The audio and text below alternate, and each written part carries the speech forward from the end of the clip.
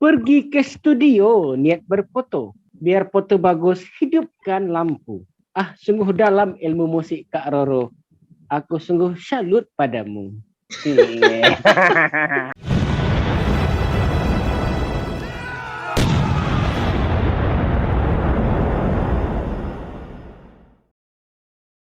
Saya buka acaranya. Assalamualaikum warahmatullahi wabarakatuh. Selamat malam semua. Salam.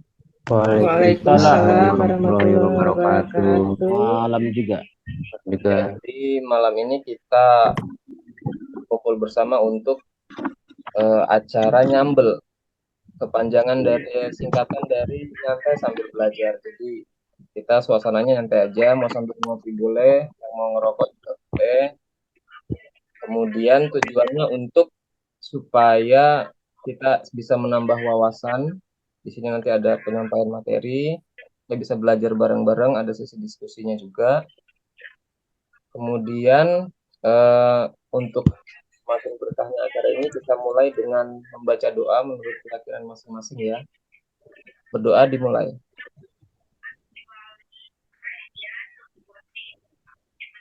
Cukup selesai. Oke, sebelum kita mulai saya bacakan dulu susunan acaranya. Pertama pembukaan yang sedang berlangsung. Kemudian setelah itu ada kata pengantar dari Pak Joko Gembos selaku Ketua Freedom. Kemudian akan ada pembacaan profil pembicara yaitu Mbak Roro Elis. Dilanjutkan dengan penyampaian materi kurang lebih 30 menit. Kemudian ada selingan hiburan musik. Setelah itu kita masuk ke sesi diskusi atau tanya jawab kurang lebih 30 menit juga. Kemudian di akhir acara ada pengundian door prize yaitu masing-masing 25.000 untuk uang pulsa sebanyak 3 orang. Nanti akan diundi dengan ketentuan mengikuti sampai akhir, sampai pengundian door prize itu minimal dimulai sejak masih ikut penyampaian materi. Jadi mungkin materinya disampaikan 5 menit terakhir dia masih ikut, itu sudah memenuhi syarat untuk pengundian door prize. Kemudian ditutup dengan penutupan dan itu adalah susunan acaranya, sehingga kita lanjut ke sesi berikutnya yaitu kata pengantar dari Ketua Freedom yaitu Pak Joko Gembos. Waktu dan tempat kami persilahkan Pak Joko Gembos. Siap. Terima kasih. Assalamualaikum warahmatullahi wabarakatuh untuk kita semua. Salam sehat dan sejahtera untuk kita semua. Saya merasa bahagia kita bisa berkumpul seperti ini. Jadi seperti kita ketahui bersama bahwa kita berkumpul dalam acara nyambel, nyantai sambil belajar itu ya seperti yang disampaikan oleh Mas Doni tadi. Kenapa acara ini dibuat supaya kita bisa belajar bersama meskipun hanya tema malam ini ya unsur dasar seni musik ya tidak apa-apa, yang penting kita bisa belajar bareng, saling bisa melengkapi satu sama lain sehingga bisa menjadi tujuan kita nanti pada akhirnya bahwa Freedom itu pengen semua anggotanya itu bisa semakin berkualitas, semakin berwawasan, kreatif, dan mandiri dalam membuat sebuah karya. Freedom berharap acara ini nanti bisa benar-benar memberikan manfaat untuk kita semua. Dari saya itu saja. Terima kasih untuk kehadiran teman-teman pada malam hari ini. Baik, sudah cukup Pak Ketua? Ya, cukup. Terima kasih atas kata pengantarnya. Kemudian kita lanjut. Bentar.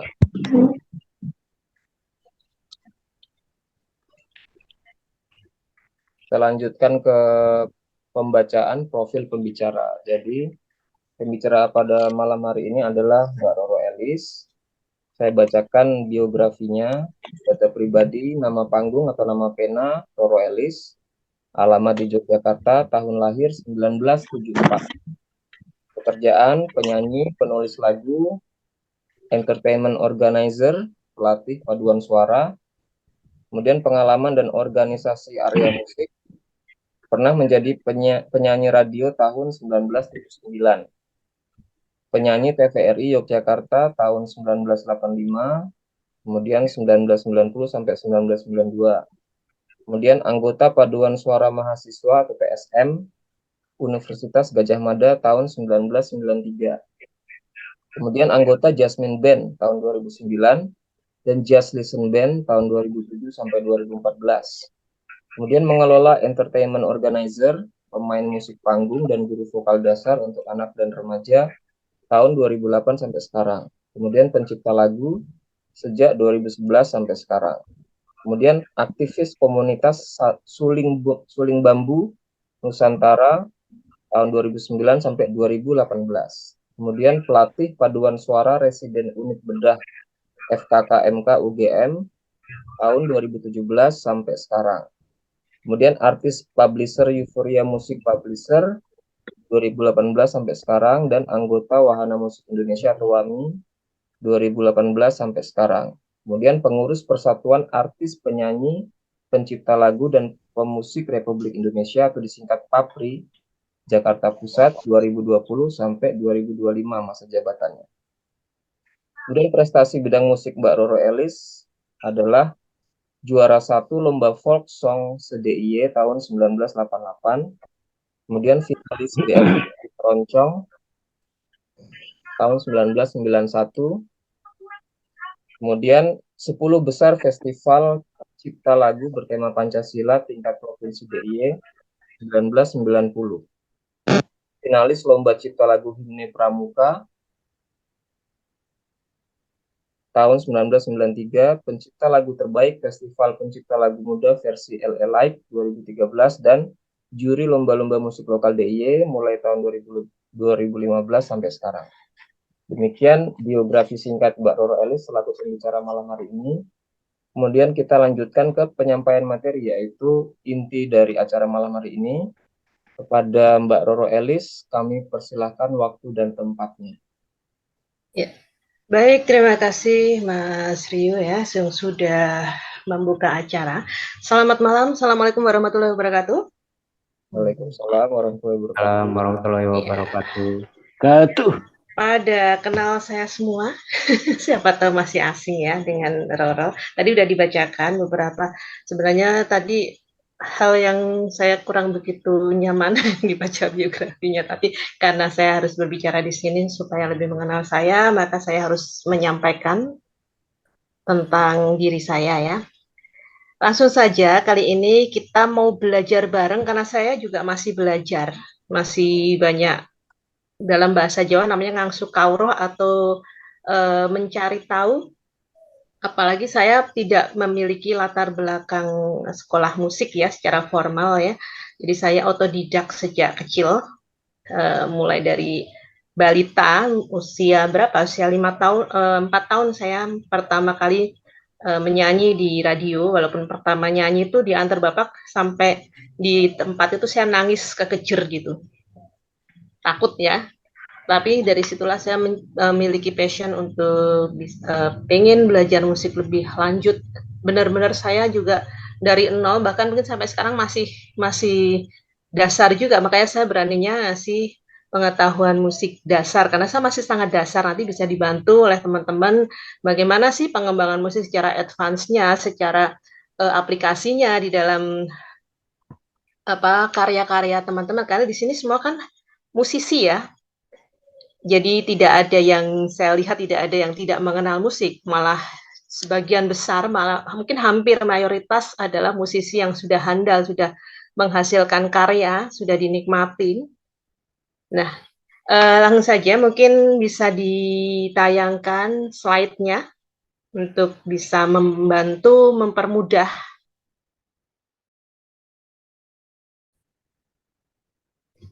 Halo, bisa dengar suara saya? Ya, bisa.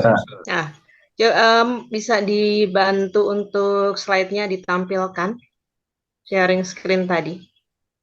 Oke. Baik, di sini kita akan bicara tentang sedikit dasar-dasar seni musik ya. Lanjut berikutnya. Ya. Jadi musik itu sendiri memiliki asal kata dari kata muse atau musai. Musai atau muse ini sebenarnya merupakan seorang dewa Yunani ya, yang dimana dia sangat berhubung sebenarnya dewa perang tetapi berhubungan dengan seni dan ilmu. Dewa perang ini tadinya cuma ada 3, tapi lama-lama dari berbagai macam mitologi itu ada 9 dewa musik. Banyak sekali, saya nggak hafal satu persatu dan itu bukan ranah kita untuk bicarakan malam hari ini. Kemudian dari pengertiannya sendiri, musik itu merupakan sebuah rangkaian atau apa ya namanya, untayan nada-nada suara yang kemudian menghasilkan sebuah harmoni atau sebuah musik yang enak, sebuah suara rangkaian nada yang enak untuk didengar. Di sini musik itu harus enak dan bisa dinikmati untuk didengar, walaupun nikmat itu sendiri sebenarnya adalah bersifat relatif. Ada yang mungkin musik underground, ada yang nggak suka, ada yang merasa kok suaranya kok kayak gini. Tapi kalau misalnya di situ jengkerik itu kira-kira masuk musik nggak ya? Sebenarnya masuk juga, masuk bisa dikategorikan. Tapi kalau kucing mangeong kayaknya nggak bisa kita kategorikan ya dalam itu adalah seni musik perkucingan gitu, kayaknya susah. Karena musik itu adalah ada rangkaian, ada syarat-syarat yang harus dimiliki untuk sebuah vokal atau sebuah suara disebut sebagai musik. Nanti kita bahas mengenai unsur-unsur dalam musik itu. Ya.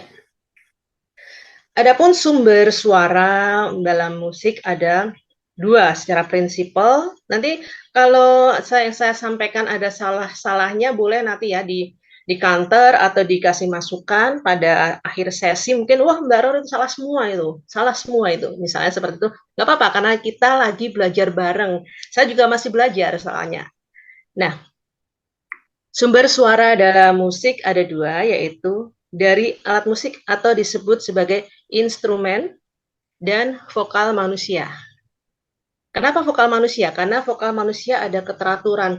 Kalau kita ambil musik dari vokalnya ayam, saya sering bilang, wah ayamnya lagi konser. Tapi itu sebenarnya nggak bisa dikatakan, wah ayamnya ini bikin sebuah konser musik yang asik. Gitu. Kecuali ayam-ayam itu dipadukan suaranya dicetak lagi, dituning kalau istilah sekarang, dalam bentuk sebuah orkestra ayam gitu ya. Seperti di film-film kartun tuh kan, ada ayam-ayam pada bernyanyi. Itu bisa jadi musik, tapi yang utama sebenarnya adalah alat musik atau instrumen dan suara manusia. Bisa dilanjut. Ini mungkin nggak harus 30 menit, nanti kita bisa kembangkan dengan diskusi lebih lanjut, karena kalau materi terus-menerus mungkin ada bosan. Ini orang ngapain ngomong dari tadi nggak selesai-selesai gitu kan. Nah, Oke, unsur-unsur musik itu sendiri ada notasi. Tadi sempat kita ngobrol di WAK ya, Mas Rio tadi bikin polling ya. Ada notasi, ada lirik dan sebagainya. Nah, unsur musik sendiri ada notasi, melodi, ritme atau irama. Kemudian sebenarnya ritme itu sedikit beda dengan irama. Kemudian birama, harmoni, tempo, dinamik, timbre, dan tangga nada.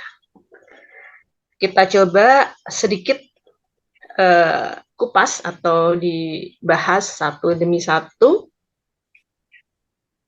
Notasi. Notasi ini ada 2, yaitu notasi angka dan notasi balok. Kenapa kok muncul notasi? Jadi pada zaman dahulu kala, once upon a time, kalau malah cerita kayak dongeng. Pada zaman dahulu kala itu kan belum ada teknologi yang secanggih sekarang. Sementara musik itu sebuah bahasa komunikasi yang ingin disampaikan kepada khalayak, di mana kita harus ketika menyampaikan ada sesuatu yang harus di-sharekan atau dibagikan. Kalau sekarang kan bisa sharing pakai WhatsApp, pakai email, mudah banget ya sekarang ya, pakai musik di-sharekan dalam bentuk video udah jadi di YouTube dan lain sebagainya. Kalau dulu bagaimana? Belum ada teknologi yang canggih sekarang, maka harus ada diterjemahkan di dalam sebuah tulisan ada dalam sebuah simbol-simbol, di mana simbol-simbol tadi bisa diterima oleh masyarakat lain atau subjek, objek ya tepatnya, objek sasaran dari yang akan dibagikan oleh si pencipta atau si komposer. Maka lagu ataupun komposisi musik yang dicipta oleh seseorang yang di sini adalah misalnya Beethoven menciptakan lagunya yang saya kenal Für Alice, karena saya egois, nama saya Alice, Roro Alice ya. Für Alice itu misalnya, wah ini Für Alice ini untuk saya bisa sampaikan kepada masyarakat luas harus diterjemahkan dalam bentuk-bentuk sheet saat itu, masih dalam bentuk sheet, mungkin tulisannya di atas daun lontar atau apa saya nggak ngerti. Nah, ada yang menciptakan notasi. Untuk notasi angka itu pertama kali diciptakan di negeri Cina. Do, re, mi, fa, sol, la, si, do yang angkanya 1, 2, 3, 4, 5 itu kan.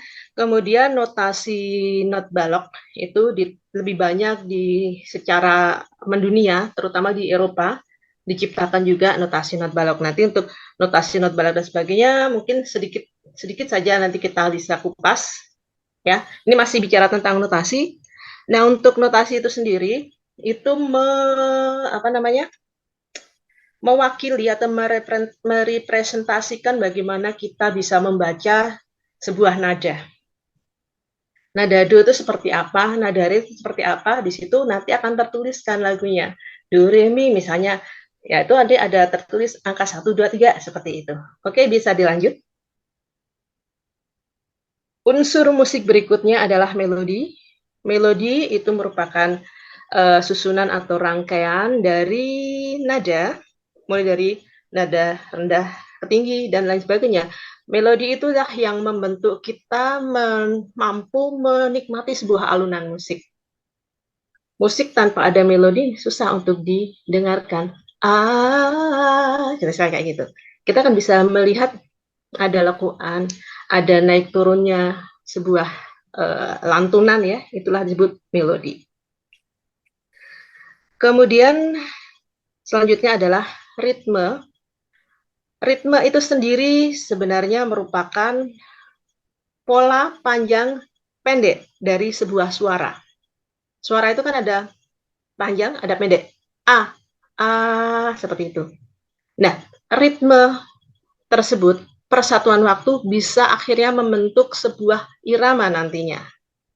Di mana yang berhubungan dengan ritme, itu ada beat, ketukan, tap, tap, tap gitu ya. Dan tempo bisa lambat, bisa cepat, bisa berlari, bisa sangat cepat, dan lain sebagainya. Kemudian, irama itu sendiri sebenarnya merupakan tempo yang ada di setiap ketukan. Jadi lebih tertata, irama itu lebih teratur, sehingga ketika kita mendengarkan sebuah musik itu ada detak-detak yang bisa kita nikmati. Kan banyak orang yang nyanyi itu temponya lari ke sana, lari ke sini, termasuk saya mungkin kayak gitu. Jadi didengerin juga kurang enak gitu kan. Kadang-kala cepat, kecuali kalau kadang-kala cepat, kadang-kala lambatnya itu memang sudah diatur sedemikian rupa di dalam sebuah komposisi, maka lebih enak. Tapi kalau lagunya harusnya lamban, dinyanyikan cepat sekali, sementara musiknya pakem atau mengikuti aturan, itu kan membuat kita menjadi yang ngedengerin ini nyanyi apa gitu, kayak balapan sapi gitu ya. Kemudian di dalamnya juga ada beberapa hal yang lain, sinkopasi, yaitu perubahan ketukan-ketukan ya.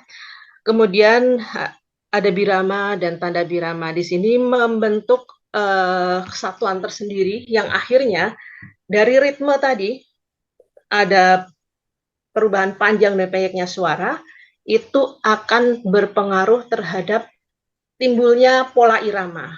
Pola irama akan menghasilkan juga jika dipadukan dengan misalnya letak geografis, karakter sebuah antropologis atau budaya seseorang, itu akan menghasilkan apa yang disebut dengan genre.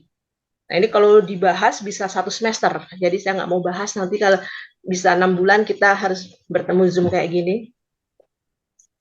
Oke, lanjut. Karena waktunya cukup pendek. Nah, untuk birama sendiri, sebenarnya birama itu adalah bagian atau segmen-segmen dari baris melodi yang di mana di situ menunjukkan ada berapa ketukan dalam satu bagian birama tersebut. Ini bagi yang memang harus menulis sheet, menuangkan di dalam sebuah apa ya garis apa dalam sebuah lembaran musik ini sangat penting, walaupun kalau sekarang kadang-kala kita sudah tidak membutuhkan itu karena teknologi sudah berkembang sangat cepat ya, di mana kita bisa menuangkan, masuk aja direkam gitu, melodinya direkam, dinyanyikan direkam, enak apa tidaknya, nanti menggunakan metronom untuk ketukan dan lain sebagainya, udah deh. Kemungkinan seperti itu. Tapi kalau memang kita harus menciptakan sebuah offline sheet musik, maka perlu mengetahui tentang hal ini. Kayaknya ini nanti kalau mau tanya lebih lanjut, yang lebih ahli Pak Joko. Nanti saya juga mau belajar banyak. Baik, langsung lanjut ke harmoni, ini penting sekali. Harmoni itu sebenarnya adalah keterpaduan sekian unsur menjadi satu yang enak untuk dinikmati. Makanya kalau kita ini dalam satu komunitas ini harapannya kita bisa harmonis gitu kan. Harmonis, saling dukung, saling support gitu, tidak bertengkar. Kalau bertengkar kan sana jalan ke sana jalan kemana, yang satunya jalan kemana, nggak pernah ada sambungnya. Begitu pula di dalam sebuah lagu itu butuh harmonisasi atau sering orang menyingkat dengan kata harm bukan bahaya ya, harmonisasi suara 1, 2, 3, 4 kalau orang sering menyebut atau SATB ya. Kalau dalam istilah paduan suara disebut SATB karena sopran, tenor, bass, dan alto. Nah, di mana harmoni ini akan timbul ketika sekian nada yang berbeda dibunyikan bersama-sama. Dan di sini adalah latar belakang atau dasar terbentuknya akord. Nah, ini kalau yang ahli-ahli main musik, instrumen, terutama instrumen yang ada harmoninya, jadi ada instrumen melodi dan harmoni kan. Yang instrumen harmoni kan harus memahami akord. Nah, akord itu sendiri suaranya kalau misalnya tidak tidak sepadan, tidak terpadu, memang enak banget. Fals mungkin yang disebutnya. Nah, harmoni itu pun juga dibutuhkan ketika sebuah vokal disatukan dengan musik atau aransemen ya, butuh harmonisasi. Tetapi harmoni itu sendiri lebih ke arah perpaduan dua atau lebih nada yang berbeda dan bisa disatukan menghasilkan musik atau paduan yang enak dan nyaman didengarkan. Ini juga menjadi dasar ketika kita membuat paduan suara. Kan kalau kita dengerin paduan suara tuh bisa suara tumpuknya enak banget gitu kan. Kalau saya paling pertama kali saya tuh jatuh cinta sama musiknya Queen karena di situ kok musiknya tumpuk ya, ini tumpuk-tumpuk tapi kok enak banget. Nah, disitulah ternyata harmonisasi itu penting untuk bisa membuat kita lebih menikmati musik tersebut. Kalau kita dengar lagu yang dikasih suara 1, suara 2 kan lebih enak dibandingkan lagu yang tunggal. Walaupun nggak itu subjektif juga ya, ada yang lebih suka lagu tuh bareng semuanya nadanya sama gitu. Oke, bisa dilanjut.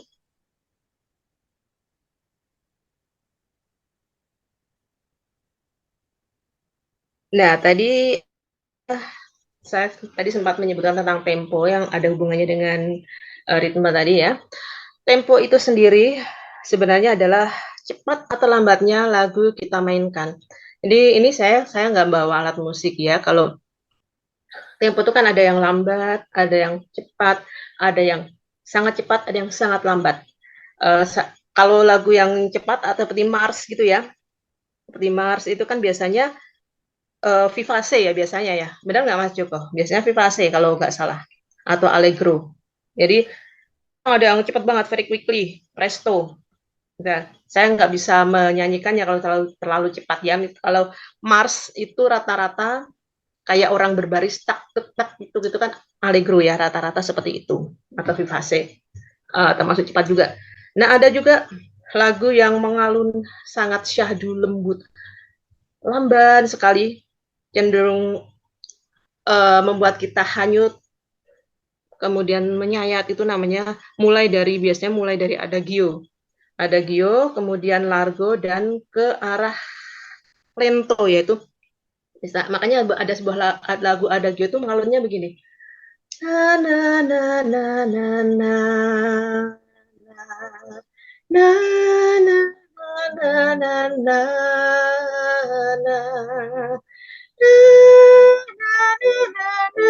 na.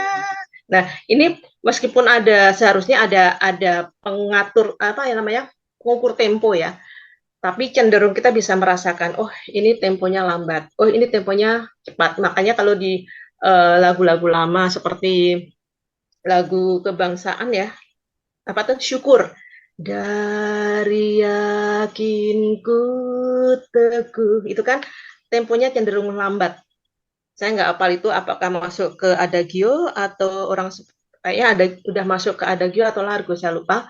Terus kalau misalnya yang lebih cepat itu adalah berkibarlah benderaku, lambang suci gagah perwira. Itu kan cenderung lebih cepat dan bersemangat. Itu lebih mungkin masuk ke seperti berbicara enggak ya. Allegro itu udah masuk ke arah cepat itu. Oke. Bisa dilanjut, nanti bisa dipelajari lebih lanjut ya untuk tempo itu seperti apa. Kemudian di sini ada yang disebut dengan dinamika. Dinamika itu dinamis ya. Dinamika itu kita bisa kalau kita bicara, ini kadang-kadang misalnya kayak orang bicara nih, kadang-kadang bicara cepat, bersemangat, berapi-api, kemudian kadang-kadang lembut banget. Misalnya kalau kita lagi ngobrol nih sama teman kita, kita bersama aja, kamu kemarin beli bakso kan di sana gimana? Tapi aku mau pinjam duitnya ya. Itu kan beda dinamikanya. Ada ngomongnya itu kencang di awal, pada saat mau pinjam duit, ya aku mau pinjam duitnya, melembut gitu ya. Karena kita sedang merayu seseorang. Nah, begitu pula di dalam bermusik. Ketika bermusik itu ada permainan yang sangat lembut, kemudian agak lebih nyaring, kemudian nyaring, dan sangat nyaring. Kalau di dalam paduan suara kedengaran sekali. Saya mencontohkannya paduan suara ya, karena saya lebih memahaminya di wilayah tersebut. Pianissimo atau tadi ada kata simo itu lebih ke arah siapa ini siap Mbak, lebih ke arah sangat lembutnya. Pianissimo misalnya, aku bermain lari, itu semakin melembut. Jadi tadinya misalnya aku, nah itu semakin melembut, atau pianissimo dimainkan lembut. Tapi kalau piano saja lembut biasa. Tapi kalau nanti ke arah forte, nanti akan menyaring. Misalnya, ini saya pernah mendengar nyanyian salah seorang anggota, bukan anggota sebenarnya, pimpinan Freedom kali ya. Misalnya, di setiap nafasmu, semakin menyaring, gitu namanya forte dan ke arah fortissimo. Seperti itu. Mungkin bisa dilanjut dengan ya slide berikutnya. Kita bicara tentang timbre atau warna suara. Jadi sebenarnya warna suara itu karakter. Kita bisa mendengarkan, oh suara kucing kayak gitu, oh suara macan kayak gitu, suara ayam kayak gitu, tuh warna suara juga. Tapi ini kita dibahas di sini bukan suara binatang, tapi suara manusia. Paling asik adalah ketika saya mendengarkan, ini Mas Jack bernyanyi. Nggak usah saya melihat siapa yang nyanyi, tahu-tahu saya tahu ini. Ini yang nyanyi itu Mas Jack nih. Suaranya kelihatan banget gitu. Atau misalnya teman-teman mendengar saya menyanyi, pede banget ya. Mendengarkan saya menyanyi, suaranya wah ini udah timbrenya jelek banget nih. Gimana? Ada suara? Nah, ini karakternya. Apa itu?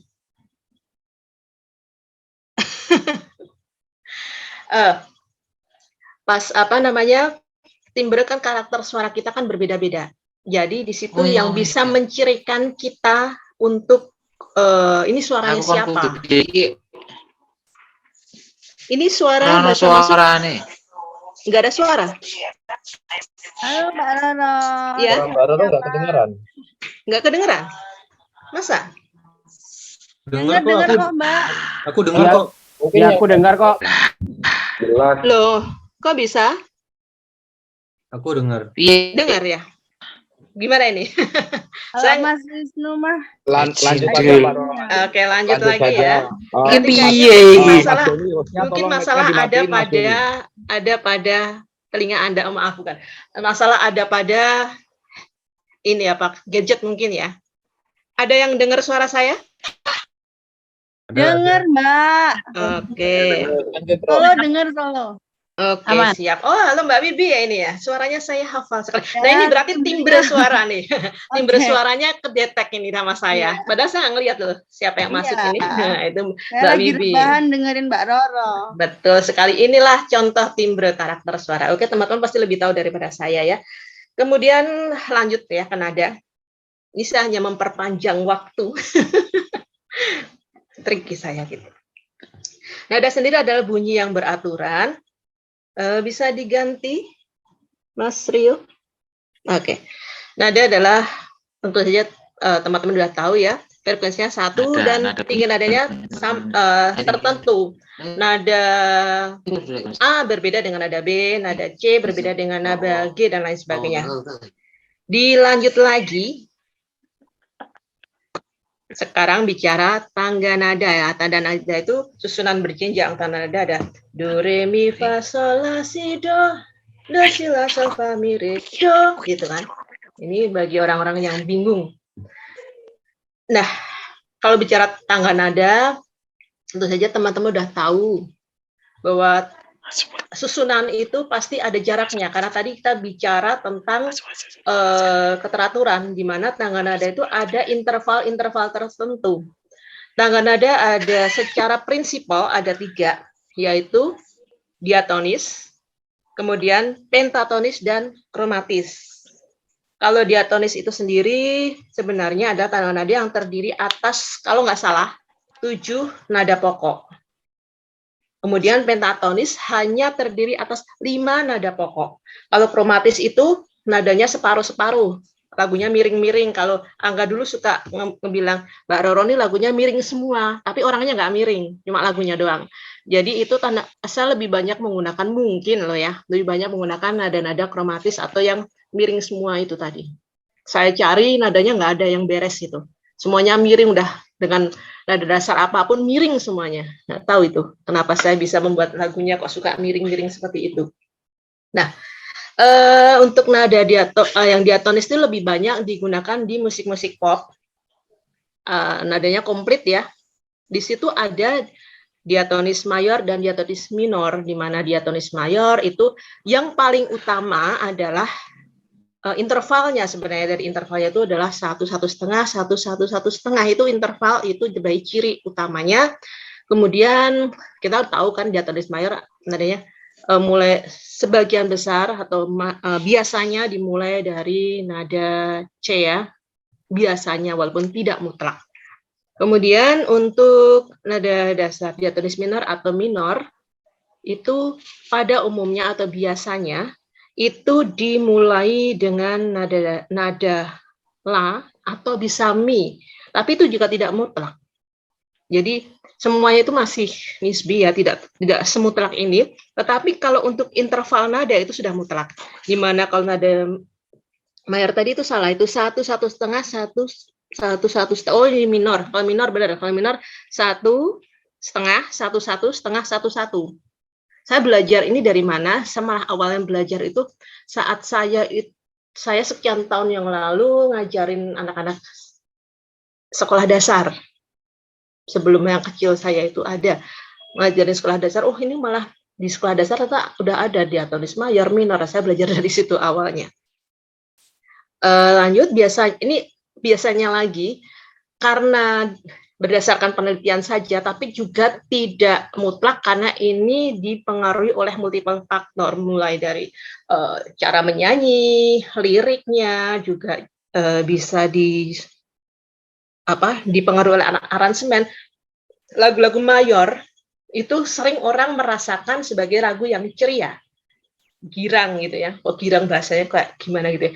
Ceria, asik, semangat gitu ya. Misalnya seperti tadi, berkibarlah benderaku, misalnya seperti itu. Karena lagu-lagu The Beatles tuh sebagian besar lagunya mayor, meskipun ada yang lembut, mengalun, dan juga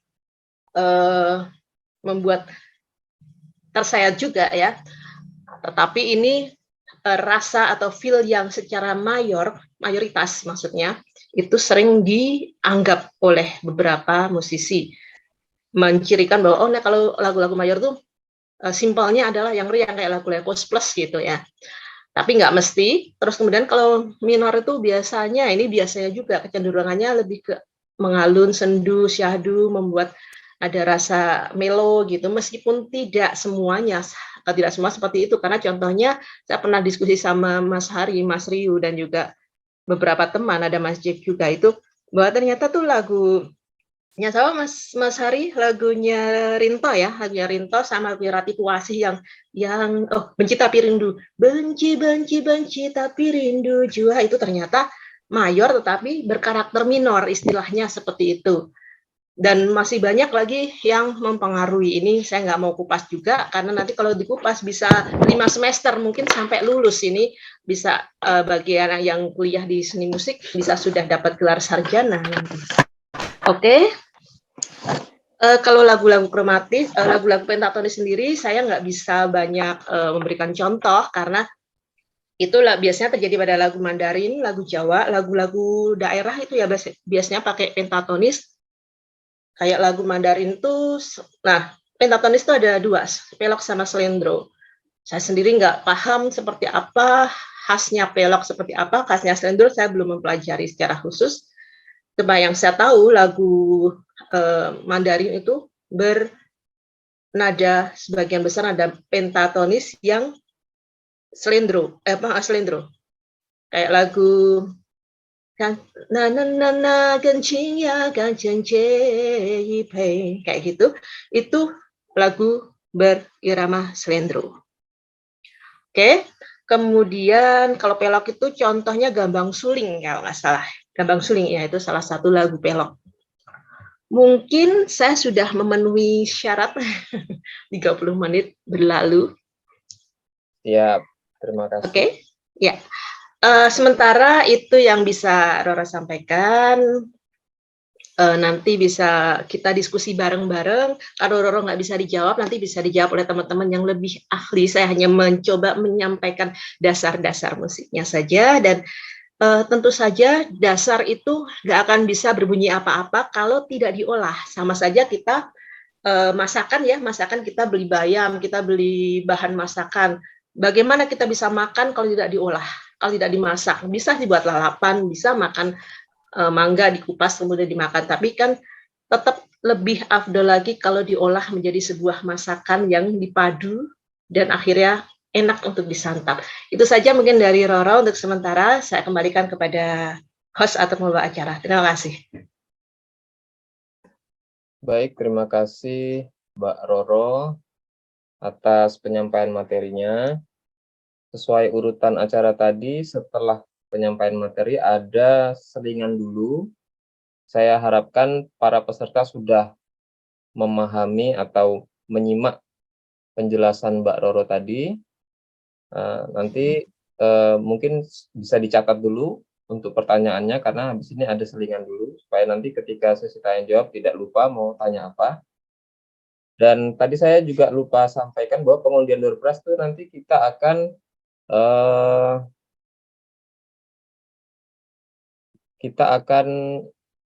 membagi menjadi 2. Satunya untuk door prize umum, yaitu yang hadir sampai akhir. Kemudian untuk merangsang peserta menjawab, door prize 2 lainnya itu untuk yang bertanya.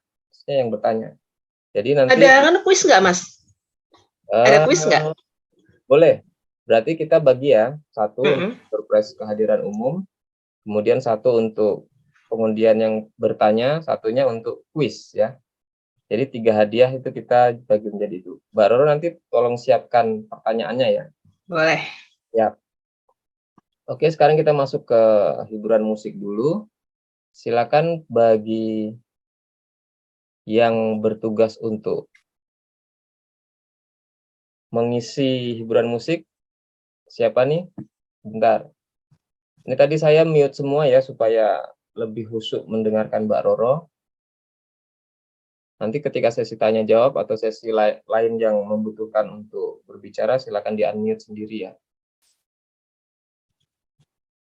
Bentar.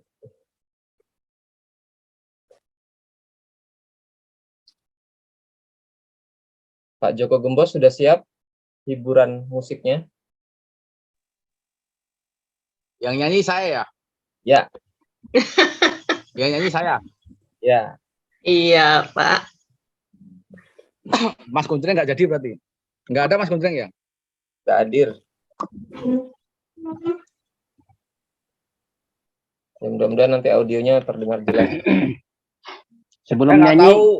kita kasih pantun dulu Saya lah. belum sama pernah Mbak Roro. Pantun boleh. Sebelum nyanyi katanya mau dipantunin dulu, Pak. Oh, silakan. Pergi ke studio, niat berfoto. Biar foto bagus, hidupkan lampu. Ah, sungguh dalam ilmu musik Kak Roro.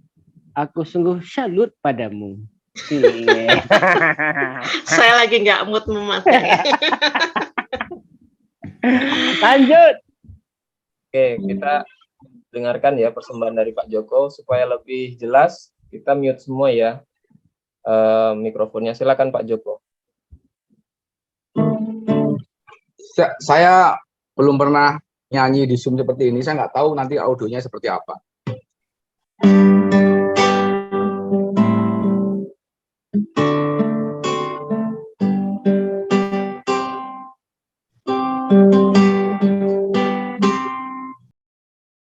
Dua matamu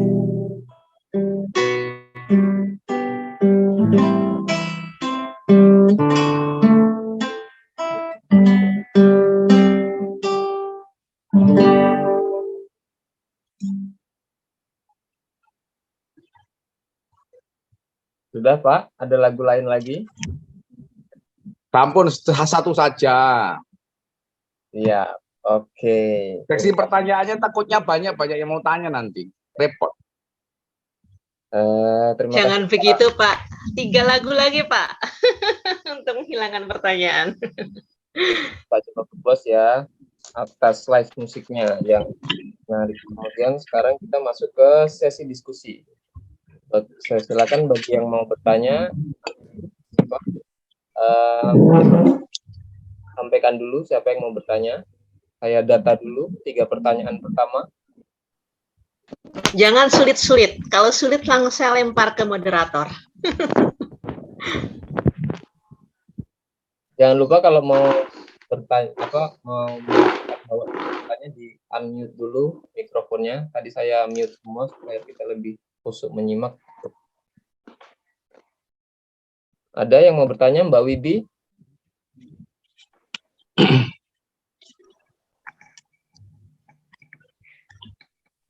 Mas Jason ya, silakan Mas Jason. Pertanyaannya apa?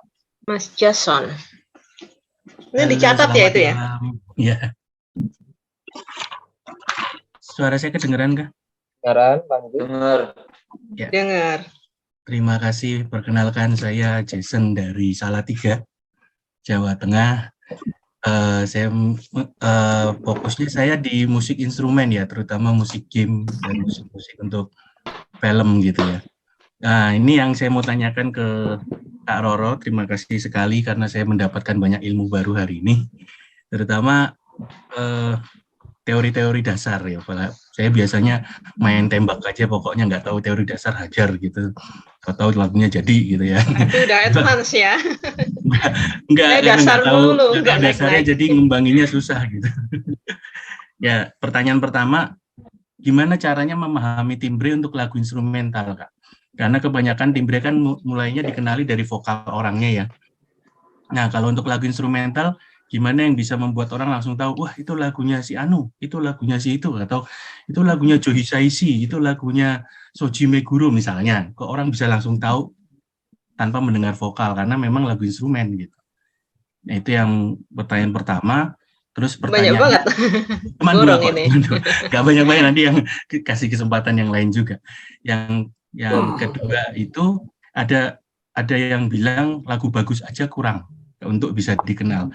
Mungkin Kak Roro ada saran bagaimana supaya lagu yang sudah kita buat bisa dikenal oleh orang banyak gitu. Dah itu aja. Terima kasih. Oke, ini langsung dijawab atau dikumpulkan? Langsung aja kayaknya ya. Dulu Bagaimana Pak Moderator? yang mau menanya pertanyaan dulu, kalau belum ada nanti kita langsung jawab. Silakan yang mau tanya lagi. Siapa? Kang Ovil? Mau Ada bertanya? nggak suaranya? Ada, kedengaran.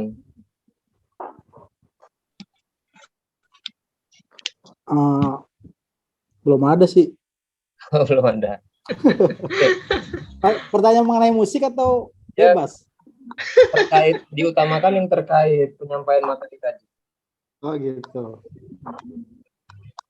Kalau di luar musik lo mau nanya lowongan kerja. Tanya maksudnya- sama Mas Jo. Cara bikin pantun gimana? Tanyakan sama Bang Dedi. Nggak, ini satu pertanyaan saya ya. Mengenai tadi dasar-dasar musik. Pertanyaan saya sih yang mendasar selama ini itu, apakah dalam satu buah lagu itu harus semua dasar musik itu terpenuhi atau sebagian saja sudah cukup gitu untuk menjadikan lagu itu bisa dinikmati orang gitu. Apakah semua dasar-dasar itu harus dipenuhi atau hanya beberapa aja, atau ada patokan harus minimal 3 dasar ini harus terpenuhi untuk sebuah lagu biar bisa dinikmati orang gitu. Ya, diterima pertanyaannya. Maksudnya bisa di bahasa saya bisa di ini nggak sih soalnya? Ya, saya sudah paham. Oh ya. Ada lagi satu lagi, kalau masih ada kita tampung sebelum dijawab oleh Mbak Roro. Ada saya Silakan. ya langsung ya langsung bertanya nih. Ini saya pengen tahu apa yang harus diketahui oleh pemula untuk menjadi seorang juri lomba lagu gitu ya. Terus kemudian yang kedua itu apakah sebagai penulis indie itu bebas membuat dan menyanyikan lagu dengan berbagai macam genre, terus dirilis ke apa itu namanya? Agregator? Agregator, iya. Apakah kita boleh? Kan kalau yang kita tahu kayak idola saya itu kan Niki Ardila cuman sebagai penyanyi slow rock gitu kan. Tapi kalau kayak kita kan apakah kita bebas gitu? Kita kan saya bukan artis gitu. Bebas nggak nulis dengan berbagai genre terus dinyanyikan sendiri. Ada pop, ada ini rock, ada macam-macam gitu. Itu aja sih. Terima kasih.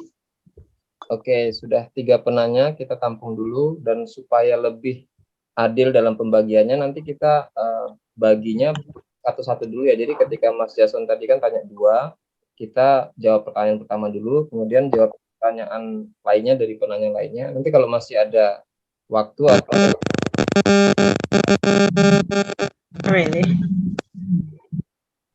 Sekarang pertanyaan Mas Jason tadi, Mas Jason kan dia fokus di musik game. Iya. Nggak tahu teori dasarnya. Terus terkait timbre instrumen itu bagaimana caranya kita merekognisi atau mengenal ya. Karena timbre itu biasanya kan terkait vokal. Nah, misalnya musisi instrumental itu apakah ada timbrenya juga sehingga kita dengar racikan musiknya, oh ini musisi ini nih tanpa ada vokalnya.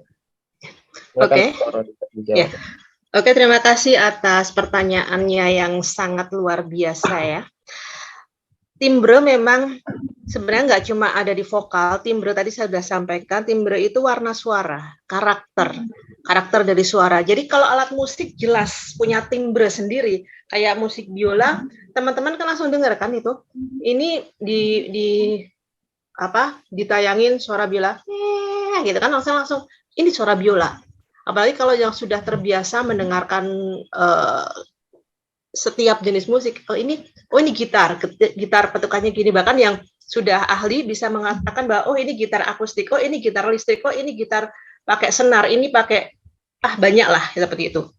Ini organ, ini orgel, ini keyboard biasa, ini kemudian saksofon, ini adalah trombon, ini drum, itu timbre alat musik. Jadi kalau ingin saya nggak tahu arahnya itu kan tadi sepertinya suara musik kita lah lebih dikenal. Kalau musik kita lebih dikenal dengan karakter itu sebenarnya bukan, kalau setahu saya di dalam musik mungkin tidak bisa disebut sebagai timbre tunggal. Jadi di situ udah ada komposisinya, kekhasannya. Misalnya di sini saya mencontohkan yang udah terbiasa ya, kayak Mas Rio itu khasnya, lagunya tuh saya nggak bisa menggambarkan, tapi punya ciri khas dentum drumnya seperti ini.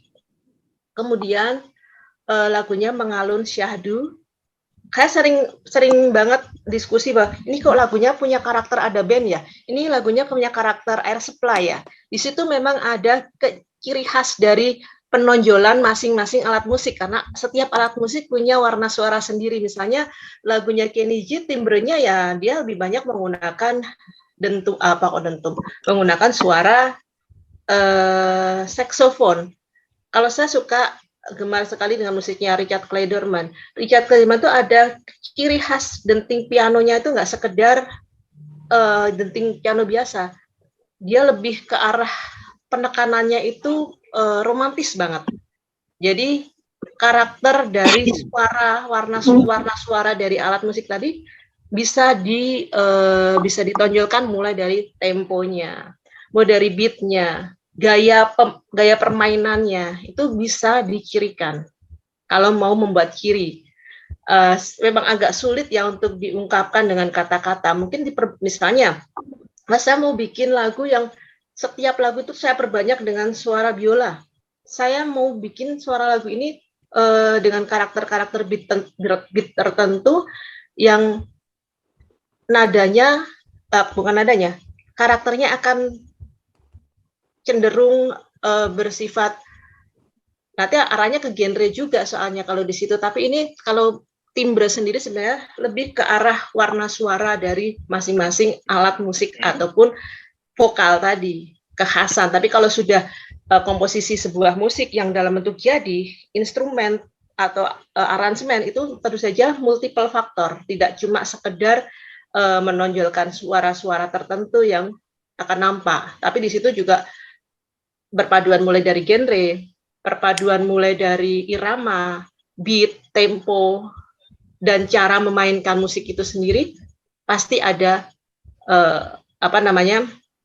membentuk sebuah ciri khas. Mungkin malah nanti kayak Mas Joko, Mas Jo, atau teman-teman lainnya itu bisa memberikan masukan. Mungkin Mas Ryu juga bisa memberikan masukan bagaimana sih membuat sebuah lagu itu punya ciri khas warna tertentu. Jadi ini kalau timbre tadi sedikit berbeda, yang dimaksud timbre itu adalah warna karakter dari suara hasil instrumentasi ataupun vokal kita sendiri. Jadi memang ada ada pengembangan dari karakter atau sifat ataupun ciri jika sudah dibentuk dalam bentuk instrumen ataupun dalam bentuk aransemen, seperti itu. Siap. Multiple faktor. Siap, oke, itu untuk Mas Jason ya. Nanti di sesi setelahnya ini kita akan kasih kesempatan, siapa tahu ada pertanyaan lanjutan yang jawaban. Atau ada masukan dari teman-teman lainnya mungkin bisa melengkapi dari pernyataan yang saya sampaikan tadi. Mungkin seperti itu. Silahkan mungkin dilanjut Mas Moderator. Ya, ada yang mau ditambahkan mungkin dari teman-teman terkait jawaban atas pertanyaan Mas Jason tadi? Pak Joko, mungkin ada yang mau ditambahin?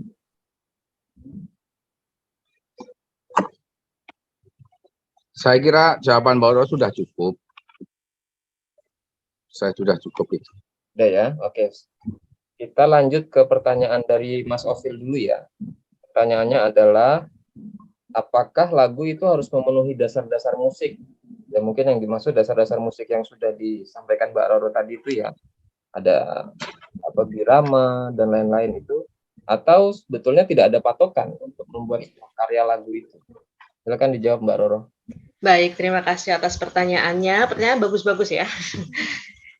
Sulit juga untuk dijawab sebenarnya. Jadi yang namanya dasar itu atau fondasi itu memang perlu kita ketahui. Paling tidak di sini kan kita memang tadi sudah saya sampaikan, sebuah lagu itu harus memenuhi syarat, yaitu lagunya itu bisa enak untuk dinikmati. Syarat enaknya itu apa? Pertama ada notasi, paling tidak kita mengenal unsur-unsur dari yang ada di dalam sebuah lagu. Unsurnya musik itu tadi kan ada notasi, ada tempo, kemudian ada melodi,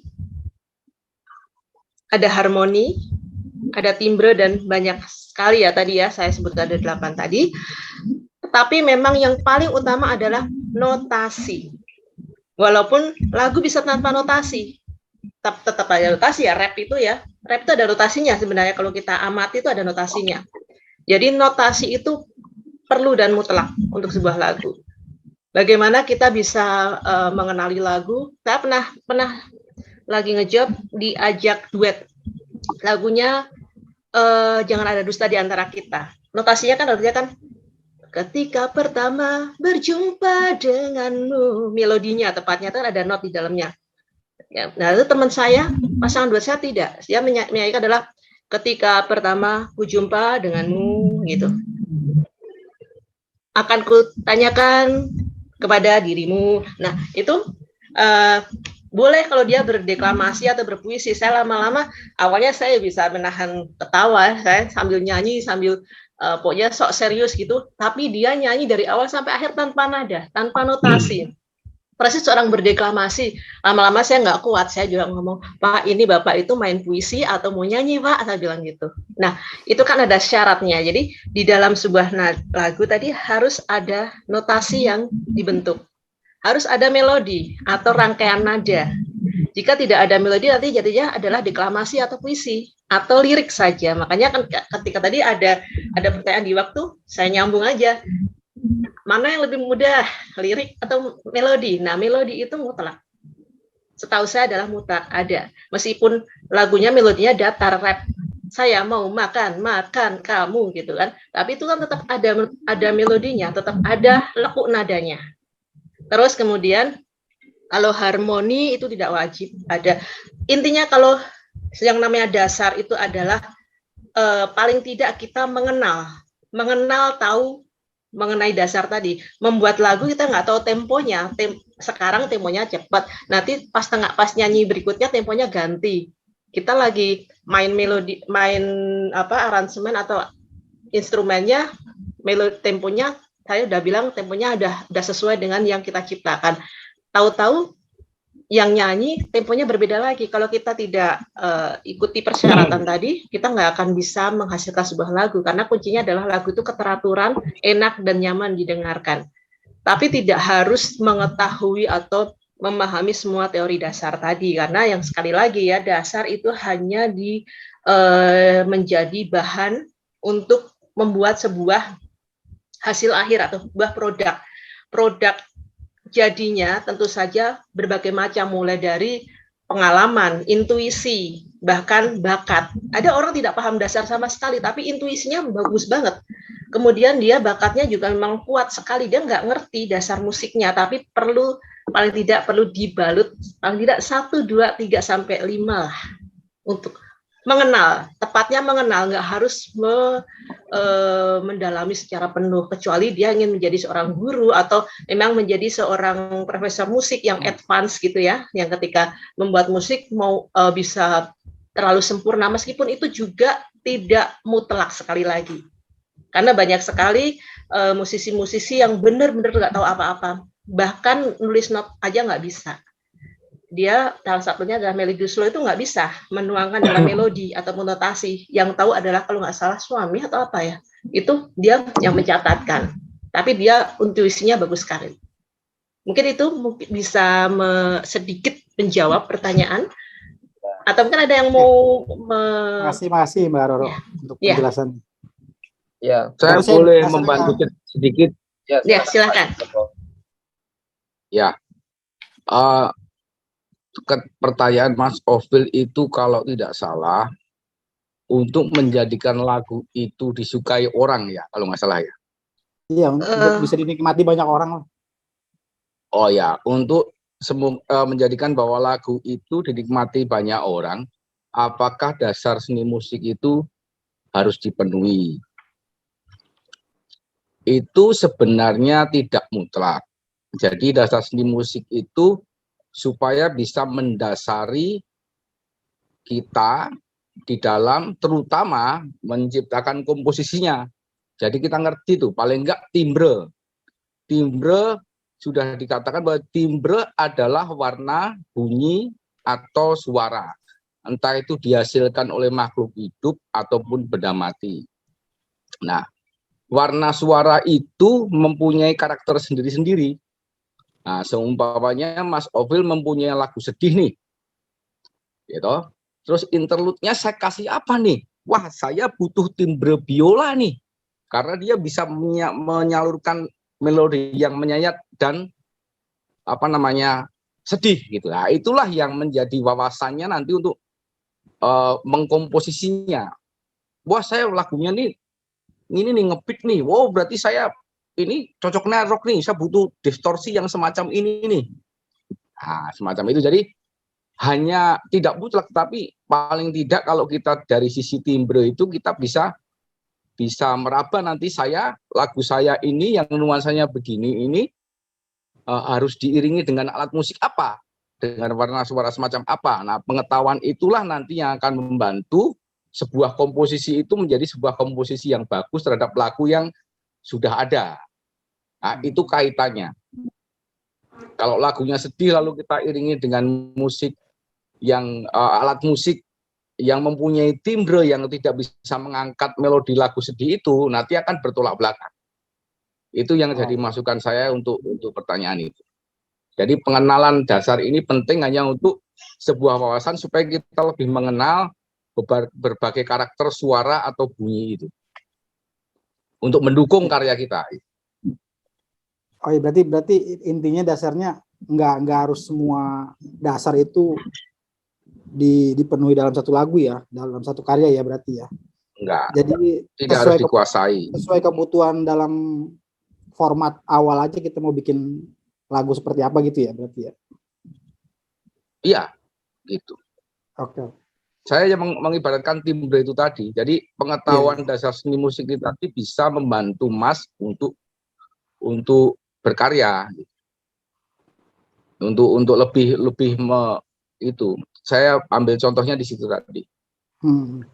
Ya. Ya, makasih Om untuk penjelasannya. Lebih komposisi ya, lebih komposisi. Kita lanjut ke pertanyaan Mbak Ola ya. Iya. Sepertinya Mbak Ola ini ditawari mungkin untuk menjadi juri ya. Juri ya. Untuk menilai penampilan dari peserta itu apa yang perlu diketahui dasar-dasar musik sehingga berkompetensi untuk memberikan nilai. Silakan Mbak Roro. Ya, terima kasih untuk pertanyaan ini. Insya Allah saya coba untuk jawab ya.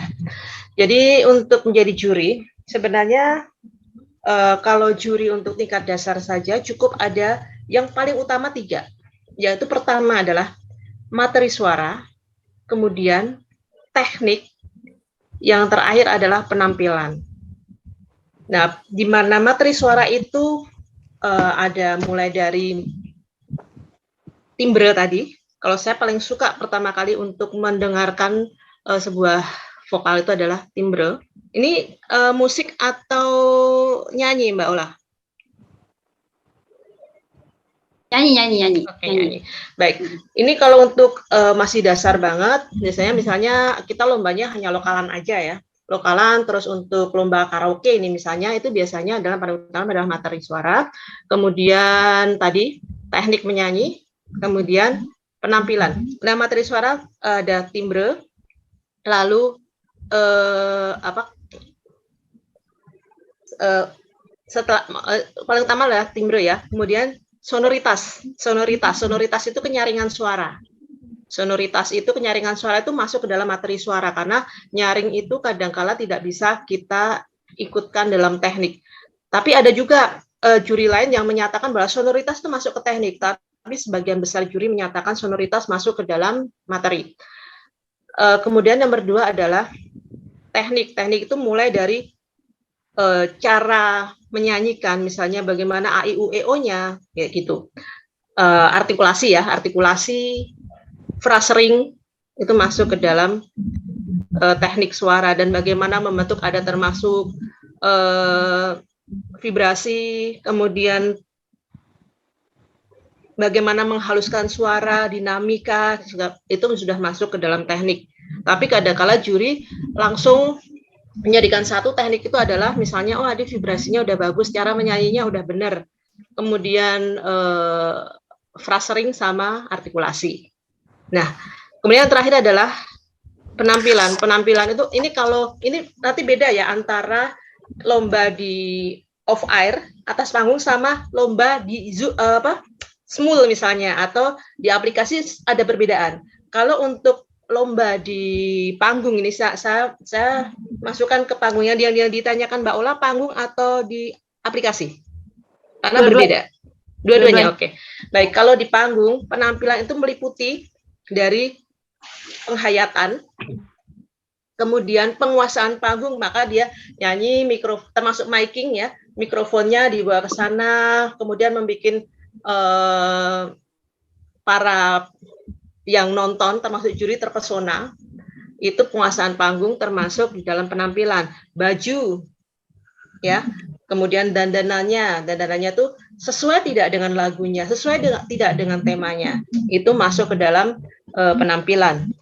Kemudian yang sedikit berbeda pada aplikasi, misalnya Smul atau Star Maker dan lain sebagainya, itu penampilan ada tambahan lagi. Penampilan masuk ke dalam teknik pengambilan gambar. Misalnya saya tuh kalau nggak ngambil gambar nggak pernah benar, itu penampilan saya pasti buruk kalau lomba. Jadi saya nggak pernah mau jadi lomba, saya milih jadi juri aja, karena saya udah tahu saya bikin videonya nanti pasti akan buruk sekali. Misalnya terlalu zoom, terlalu dekat sekali, isinya muka semua gitu ya, nggak ada rambut, nggak ada apa, isinya cuma muka gitu kan, menyebalkan gitu. Nah, kalau di dalam teknik di panggung kan nggak ada seperti itu ya, nggak ada kelihatan bagaimana teknik pengambilan gambar dan sebagainya, itu masuk ke dalam penampilan kalau di aplikasi. Tetapi pada dasarnya untuk materi vokal sama yang teknik tadi sama, baik di panggung maupun di aplikasi. Nah, sonoritas itu juga kadangkala ada ada juri yang mengatakan bahwa sonoritas kalau untuk yang aplikasi itu masuk ke dalam teknik, karena ada hubungannya dengan bagaimana dia menggunakan mikrofon di mikrofon dari untuk aplikasi itu ya. Apakah headsetnya tuh terlalu jauh, terlalu dekat, itu kan masuk ke miking itu masuk penampilan. Sementara kalau untuk yang smooth dan sebagainya itu sonoritas itu sangat dipengaruhi oleh mikrofonnya. Tapi kalau di panggung kan biasanya panitia sudah memberikan mic sendiri, jadi udah kelihatan banget kalau dia kenyaringan suaranya itu asli atau hasil teknik miking itu bisa didengarkan oleh jurinya. Itu secara dasar. Tapi kalau mau yang kayak Indonesian Idol dan sebagainya itu masih panjang lagi, masih dipecah-pecah lagi dari materi suara itu apa saja, kemudian sonoritasnya tekniknya itu apa saja, masih dipecah banyak banget, termasuk penampilannya. Dan biasanya hanya sepenggal aja, nggak usah nyanyi dari A sampai Z, itu sudah bisa tahu bahwa ini kapasitasnya udah masuk oke, gitu. Mungkin udah bisa diterima atau masih ada yang mau ditanyakan lagi? Sudah. Ya, cukup. Ya. Nanti mungkin bagi yang pengen tanya-tanya lebih jauh, kalau saya memang untuk juri, insya Allah lebih menguasai, misalnya seperti itu, boleh nanti japri ke saya. Kalau misalnya ini belum puas nih. Gitu. Ada 2 itu pertanyaan. Yang kedua apa? Boleh diulang? Saya pelupa. Iya, maksudnya sebagai penulis indie, apakah Oh, kita yang tadi. ya untuk Genre tadi ya? dan menyanyikan lagu dengan berbagai macam genre, terus kemudian kita rilis di agregator dan publishing gitu. Apakah boleh gitu? Oke. Sebenarnya apapun tuh boleh-boleh saja, sah-sah saja. Jadi ada sih orang yang mengatakan bahwa, wah suara kamu tuh, kalau saya tangkap dari pertanyaannya ya, suara kamu tuh suaranya kan dangdut banget gitu. Mau coba-coba nyanyi seriosa gitu kan. Tapi sebenarnya sah-sah aja kalau dia mampu untuk mengolah suaranya itu bisa beraneka genre, dan kalau timbre nggak bisa diubah, tetapi kalau genre kan bisa diubah. Jadi timbre itu anugerah, bisa diperlengkap supaya lebih enak itu dengan teknik vokal, dan kita juga memasuki genre-genre tertentu. Jadi menurut saya sah-sah saja kalau mau masukkan ke seorang pemula, bahkan kalau dia mampu menyanyikan lagu dengan bagus di genre apapun, why not? Bahkan beberapa juri ini ya, kalau saya bicara tentang juri itu mah ingin memberikan tantangan. Lu biasa nyanyi lagu dangdut ya? Iya, aku pengen lu nyanyi lagu keroncong gitu. Kayak apa? Nah, beberapa penyanyi yang mampu mengekspresikan suaranya, bahkan mencoba, aku mau nyanyi lagu keroncong dengan karakter aku gitu. Aku menyanyi dangdut dengan karakter aku, meskipun ada orang-orang yang fanatik pakem ya, mengatakan bahwa nggak pantas kamu nyanyi lagu itu karena karaktermu nggak masuk gitu. Tetapi sebenarnya kalau untuk dunia hiburan, kita maunya apa ini? Mau hiburan, mau yang idealis, atau bagaimana? Karena berbeda, ini ranah lomba, ranah entertain itu berbeda. Kalau ranah lomba, memang kita memiliki pakem-pakem tertentu, tapi kalau tadi bicara agregator, itu kan berarti kita mau ke arah popularitas, itu lebih ke arah entertainment. Jadi sah-sah saja seorang, maaf saya menyebut nama, Nela Karisma nggak bisa suara dangdut, suaranya suara pop banget dia, tetapi dia olah sedemikian rupa musiknya lah dangdut. Musiknya dangdut dia kemas dalam bentuk dangdut pop, atau kalau orang-orang dangdut mengatakan bahwa ini tuh lagu pop dikendangi gitu kan. Tapi itu nggak ada masalah. Jadi nggak bisa nyanyi lagu dangdut ya tetap aja gasak gitulah istilahnya, gas gitu kalau istilahnya Angga ya. Seperti itu. Ini kalau dari saya. Dan kita memang harus berani mengeksplor suara kita bisa nggak masuk ke karakter situ. Bahkan ada orang dia pengen lagu pop tapi lagunya ke Melayu-Melayuan, contohnya Wali, itu enak juga dan diterima pasar. Gitu. Ini kalau dari saya, mungkin ada dari teman-teman yang memiliki perbedaan wawasan atau perbedaan perbedaan pendapat, atau juga mau menguatkan. Mau silakan. Saya rasa sudah cukup. Atau ada yang mau menambahkan mungkin? Dari peserta juga boleh, karena kami tanya jawab, mungkin bisa lebih interaktif. Ini aja Mas, mau sharing aja sih, Mas, sharing. Sebenarnya kan kalau saya lihat, ini kalau menurut pendapat saya ya, ini pendapat saya.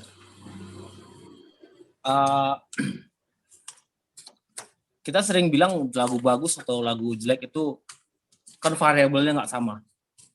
Variabel untuk ini lagu bagus tergantung siapa yang dengar ya. Tapi kalau dari saya baca nih, kebetulan nih istri saya dosen musik, jadi saya sering baca bukunya. Saya baca buku. Nah, terutama tadi ada pertanyaan dari Mas Jason ya, soal musik instrumental ya.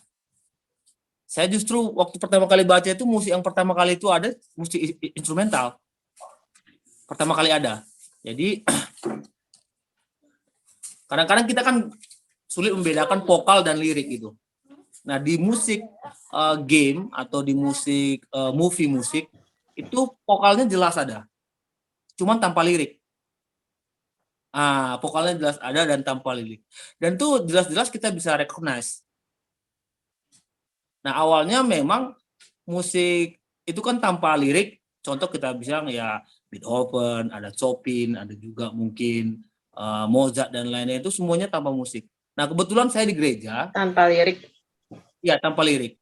Jadi di gereja itu semua lagu-lagunya itu lagu-lagu gereja, liriknya lirik gereja, tapi instrumennya itu musik klasik. Nah, gitu, musik klasik. Dan saya juga pernah ada tetangga saya menangis gara-gara dia dengar suara dari azan yang begitu merdu sekali sampai menyayat hati tanpa musik. Jadi dia dengar suara orang mengaji, tiba-tiba bapak ini nangis gitu. Saya tanya, bapak kenapa nangis? Saya bilang, nggak tahu, katanya saya dengar ini nangis katanya. Saya juga bingung kan. Nah, artinya memang vokal di awal-awal musik itu ada, itu memang hanya instrumental aja, lalu diisi dengan vokal, lalu masuklah ke dunia modern diisi dengan lirik gitu. Jadi saya pikir justru kalau misalkan Mas Jason dia di musik instrumental tuh bagus banget tuh.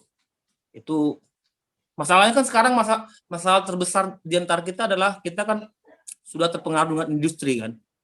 Jadi industri itu sudah mencekoki kita bahwa musik itu harus ada lirik gitu. Harus ada lirik. Padahal musik itu nggak harus ada lirik gitu. Saya pikir menurut saya ya, Mas Jason mainkan aja. Dan saya salut kalau bisa ada yang Mas Jason bisa bikin musik tanpa vokal. Gimana coba bayangkan di zaman modern orang bisa mengerti sesuatu yang disampaikan tanpa ada lirik. Kan itu kan penghayatannya udah begitu dalam ya. Jadi kita bisa menghayati sebuah pesan tanpa ada lirik di dalamnya. Kalau Mas Jason concern di situ tuh saya luar biasa banget tuh. Terus yang kedua tadi ada teman kita nanya soal apa tadi ini? Apakah dalam musik itu komponen musik semuanya itu dipenuhi? Saya pikir enggak ya. Karena kita nggak bisa menyenangkan semua orang juga. Kita nggak bisa senangkan semua orang. Jadi apakah harus ada solmisasi? Oh enggak juga lah saya pikir ya. Ya kalau menurut aku Mas bikin aja gitu. Yang penting Mas suka mendengarnya. Orang lain suka atau nggak suka, buat saya ya orang lain suka nggak suka itu sniper main lah. Saya kalau bikin lagu itu ya memang makanya saya suka tuh lagu yang memang lepas gitu karena saya menjiwai lagu saya gitu. Saya juga menjiwai lagu saya. Kalau ada orang nggak suka dengan lagu saya, it's okay, no problem. Kalau ada ya terima kasih. Nah gitu. Jadi ya jalanin aja sih. Kalau menurut saya ya. Dan saya juga nggak tahu tuh solmisasi. Nggak tahu sama sekali. Saya tuh awalnya tuh main drum lalu main gitar, lalu tiba-tiba sekarang jadi suka-suka bikin lagu gitu. Dan saya nggak pernah belajar. Kebetulan saya jumpa sama istri saya dan bukunya saya baca-baca sejarah musik, oh begini. Ya itu tadi sih. Kalau menurut saya jalanin aja, maksudnya mainkan aja gimana baiknya. Orang suka, orang nggak suka ya nggak apa-apa, nggak masalah. Ya, dan saya segitu aja sih Mas. Kalau misalkan teman-teman ada yang nambah gitu. Terima kasih sharingnya Bang Parmuara. Oke, ada satu pertanyaan lagi sebenarnya tadi yang kelewatan dari Mas Jason juga. Lagu bagus itu ternyata nggak cukup. Ternyata perlu faktor lain untuk bisa booming. Mungkin dari Mbak Roro selaku pemateri atau teman-teman yang punya pengalaman, gimana kira-kira kalau lagu itu kita sudah bikin secara bagus, harus kita apakan supaya lebih bisa dikenal luas lagu kita? Ya, saya coba untuk jawab ya Mas ya. Memang sebenarnya bagus tidaknya lagu seperti Mas tadi, Mas apa? Parmuara ya, itu sempat menyatakan itu juga ada hubungannya dengan individual banget, jadi subjektif ya sebuah kata kan. Sama saja dengan orang mengatakan bunga itu cantik, bunga itu buruk, itu kan subjektif. Tapi pasti ada apa namanya ya, kriteria tertentu mau disebut bagus atau tidak, paling tidak lagunya nggak gedumrengan lah. Kalau lagu gedumrengan nggak karu-karuan itu ya nggak bisa disebut bagus. Tapi kalau dinyatakan misalnya nih, saya suka banget lagu-lagu yang dinyanyikan oleh Il Divo, lagu-lagu opera gitu, saya mengatakan itu bagus banget. Tapi saya pernah menyanyikannya itu, saya dikritik, Mbak nyanyi opo toh lagu nggak enak semua gitu. Terus ibu mainnya apa? Ya aku tuh lagu tuh Banyuwangian itu contoh hadisnya. Terus lagunya yang indah ya Mbak. Ternyata yang indah yang mereka maksud indah tuh Banyuwangian. Jadi banyak sekali dipengaruhi faktor. Tapi kalau untuk booming dan lain sebagainya itu juga multiple faktor, mulai dari ceruk pasar. Pasar yang sekarang lagi disukai seperti apa sih? Kalau saya nggak suka lagu-lagu model anak muda saat ini yang misalnya lagu-lagunya Charlie Puth gitu, di telinga saya tuh lagu kok nggak ada lagu melodinya, datar banget. Saya kan oldies, telinga saya kuno. Saya sukanya lagu-lagu yang melodius tahun 80, tahun 90 kayak gitu. Tapi anak-anak sekarang nggak suka lagu-lagu yang melodius. Malah sukanya lagu yang datar, cenderung nggak ada lagu melodinya. Kayak lagu na na na na for me kayak gitu. Itu kan lagunya Ed Sheeran, itu kan cenderung datar. Kalau di saya nggak mengena, di hati itu nggak mengena. Tapi bagi orang-orang tertentu tuh bagus. Makanya mulai dari ceruk pasar, kemudian edukasi pasar, lalu promosi. Dan saat itu lagi ngetren tuh lagunya apa? Lagi ngetrennya lagu-lagunya Nela Karisma, lagunya Didi Kempot, ya orang mengatakan lagu bagus Didi Kempot gitu. Tapi bagi orang-orang tertentu yang mengatakan bahwa kalau saya fanatik lagu-lagunya, kalau di Indonesia saya bilang saya paling suka lagunya Chrisye, ada band, itu belum tentu orang lain mengatakan lagu yang saya suka tadi bagus dan belum tentu booming juga. Tapi mungkin ada lagu-lagu yang biasa banget di lagunya, misalnya bagi saya nggak begitu suka dengan lagu yang terlalu sentimental, tetapi bagi orang tertentu mengatakan lagu sentimental tuh enak banget dan sangat indah. Jadi multiple faktor ya, subjektif sekali. Kalau ini menurut dari kacamata saya sendiri yang mungkin sangat terbatas ya, wawasan saya masih sangat butuh belajar lebih jauh juga. Seperti itu. Ada juga yang mengatakan lagu jazz itu bagus banget, tapi ada juga yang mengatakan lagu tengketuklik kayak gitu. Lagu kok Rano bentuke, ada yang nggak seneng sama sekali, tapi ada yang suka, lagunya bagus banget. Saya suka jazzy, light jazz, tapi kalau sudah ke jazz yang black gitu, saya juga nggak bisa menikmati. Ini lagu ini mau kemana ya ini arahnya gitu, nggak ngesel banget itu. Nah mungkin ada dari teman-teman yang bisa membantu menjawab ataupun menambahkan ya. Jadi Mas Jo mungkin bisa nih, di arah ini Mas Jo mungkin bisa bantu. Mas Jo ya, beliau sudah lebih pakar melang melintang membuat ratusan bahkan ribuan lagu. Silakan Mas Jo. Iya, paling menambahkan sedikit. Jadi lagu itu viral booming dengan lagu yang berkualitas itu jalur yang tidak selalu sama, selalu tegak lurus gitu. Jadi Mas Jo mic-nya dideketin dikit, Mas Jo kecil banget. Oke. Udah jelas belum?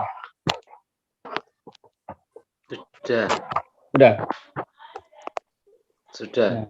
Nah, jadi lagu yang berkualitas sama lagu yang booming atau viral itu dua jalur yang tidak selalu tegak lurus. Banyak lagu berkualitas tapi nggak booming. Banyak lagu yang biasa remeh-temeh tapi booming. Jadi faktor banyak yang melibatkan. Antara lain bisa dari kebaruan, dia punya sesuatu yang baru ya.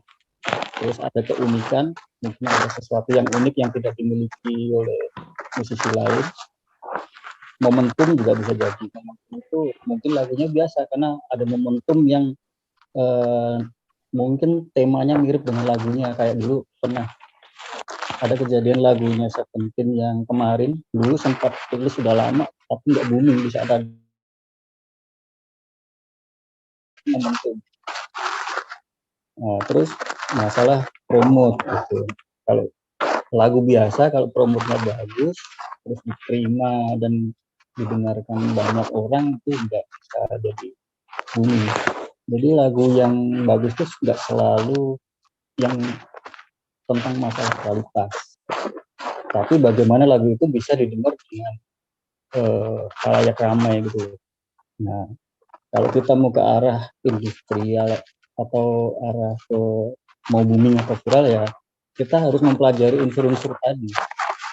Apa kita memilih ke arah kebaruan, kita punya unsur nuansa yang baru, atau keunikan, atau momentum, atau promotnya. Gitu. Lagu remeh kalau promotnya bagus, artinya orang banyak yang nyanyiin, itu bisa jadi sesuatu yang booming. Tergantung kita yang mau pilih yang mana gitu ya. Mau pilih momentum, kebaruan, keunikan, promotnya yang dikuatin gitu. Ya intinya ya minimal gini. Jadi kita parameternya itu secara objektif. Kalau secara subjektif nanti kita akan susah. Jadi objektif minimal ya. Di saat lagu itu dites ombak itu seberapa orang awam yang nggak kenal kita itu suka. Gitu. Jadi jangan sama orang yang kenal. Kalau sama orang yang kenal mungkin nggak objektif. Dia akan sama teman masa bilang nggak enak. Tapi kita tes ombaknya dengan orang yang nggak kita kenal. Jadi lagu itu dikasih ke teman coba besar ke temennya, lagu ini seperti apa, yang nggak kenal sama kita. Mereka akan lebih jujur. Misalnya kita dengerin ke teman dekat, itu justru malah nggak objektif. Gitu. Kalau kita mau ke arah industri, tapi kalau kita ke arah hanya hobi, ya suka-suka kita misalkan. Orang suka atau enggak ya monggo, itu kan pilihan ya. Kita arahnya kemana gitu kan. Ya mungkin dari saya seperti itu. Kita kalau kita bermusik itu arahnya kemana gitu. Hanya sekedar melampiaskan hobi atau ke arah industrinya. Kalau arah industri ya minimal kita mempelajari yang cara untuk sampai ke sana itu kan ada seperti tadi yang beberapa yang saya jelaskan. Kebaruan, keunikan, momentum, sama promosi. Gitu. Tadi ada poin yang saya suka tuh dari penjelasannya Mas Bro, bahwa kita tes ombaknya ke orang yang tidak kenal kita. Memang kalau ke teman-teman sendiri cenderung untuk memuji ya, karena nggak enak kalau bilang jelek. Itu nggak objektif. Kita titipkan ke teman itu kasih temannya lagi yang nggak kenal kita akan lebih objektif untuk menilai ya. Oke, siap. Kasih tambahannya Mas Jo. Oke, saya rasa karena sudah melebihi jadwal ini, kan jadwalnya jam 10 selesai, sekarang udah 11. Saya rasa kita sudahi untuk sesi tanya jawab. Sekarang kita pengundian door prize. Saya boleh sampaikan sedikit, Mas Trio. Silakan Pak Joko. Ya, teman-teman dan nyuwun sewu Mbak Roronje. Karena tadi kan karena memang ini agak mengganggu saya. Tadi kan supaya pemahaman itu bisa menjadi baik, itu begini. Waktu pertama Mbak Roro tadi mengawali pembicaraan, saya ingin menambahkan saja. Mbak Roro bercerita tentang jangkrik. Masih ingat ya tentang jangkrik? Iya, masih ingat. Tentang ayam. Ya, itu. Jadi apakah kalau jangkrik itu bisa dianggap itu sebuah seni musik? Kita harus punya pemahaman yang logis di situ supaya kita benar-benar mengerti apa seni musik itu. Seni musik itu adalah sesuatu yang diciptakan oleh manusia yang berkaitan dengan bunyi atau suara yang enak didengar. Jadi segala sesuatu yang dinamakan seni itu ketika itu tidak diciptakan atau tidak direproduksi oleh manusia, itu bukan sebuah seni. Jadi kalau kita melihat pemandangan alam, saya masuk ke seni rupa. Kita lihat pemandangan alam, wah pemandangannya bagus ya. Apakah itu karya seni? Bukan, karena itu tidak dibuat oleh manusia. Kembali ke seni musik. Ketika kita mengkomposisi seni musik itu dengan mengadopsi bunyi jangkrik, bunyi angin, bunyi itu sebuah karya seni musik. Gitu. Jadi pemahamannya jelas. Kalau sudah diolah gitu kan. Seni musik. Enggak. Kalau direproduksi ulang itu sebuah seni. Tapi kalau full kita mendengarkan di desa, rokokan, kita dengar jangkrik, itu bukan karya seni musik. Itu adalah sebuah suara yang memang enak dinikmati. Tapi bukan sebuah karya seni musik. Karya seni musik adalah karya yang diciptakan berdasarkan kekuatan akal budi, karena mereka yang namanya hewan ataupun tumbuhan mereka tidak punya akal budi. Saya kira untuk hal yang di depan tadi supaya menjadi pemahaman kita yang konkret dan jelas bahwa karya seni musik itu diciptakan oleh kekuatan akal budi manusia. Meskipun reproduksi kita mengambil bunyi alam, mengambil bunyi jangkrik, mengambil bunyi ayam, nggak apa-apa. Akhirnya kita reproduksi itu menjadi sesuatu karya, itu sudah termasuk seni musik, begitu. Saya kira saya hanya menambahkan yang di depan itu tadi. Oke, matur nuwun Mas Supaya Joko. lebih clear. Ya.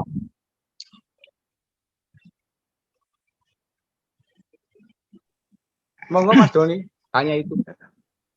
Saya ingin menambahkan apa?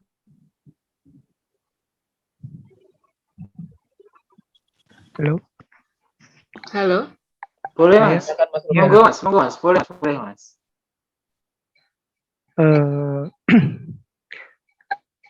Menanggapi Pak Bos ya, barusan bahwa itu suara jangkrik, suara burung hewan itu bukan musik. Saya agak beda menanggapinya. Suara alam ya, suara suara bebek, suara ayam itu memang bukan musik, akan tetapi dia adalah unsur dari dasar musik. Contohnya simbal itu tercipta dari yang awalnya agak mirip dengan suara ular misalnya. Ular kan bunyinya gitu kan. Nah, jadi manusia berpikir, mengamati, dan terinspirasi dari itu, maka terciptalah sebuah simbal yang bunyinya itu menyerupai dengan ular misalnya. Contoh lagi, memang bukan musik, tapi dia itu adalah unsur dari dasar musik gitu. Karena musik itu adalah suara. Mengutip dari saya penyuka sufi ya, bahwa sebenarnya seni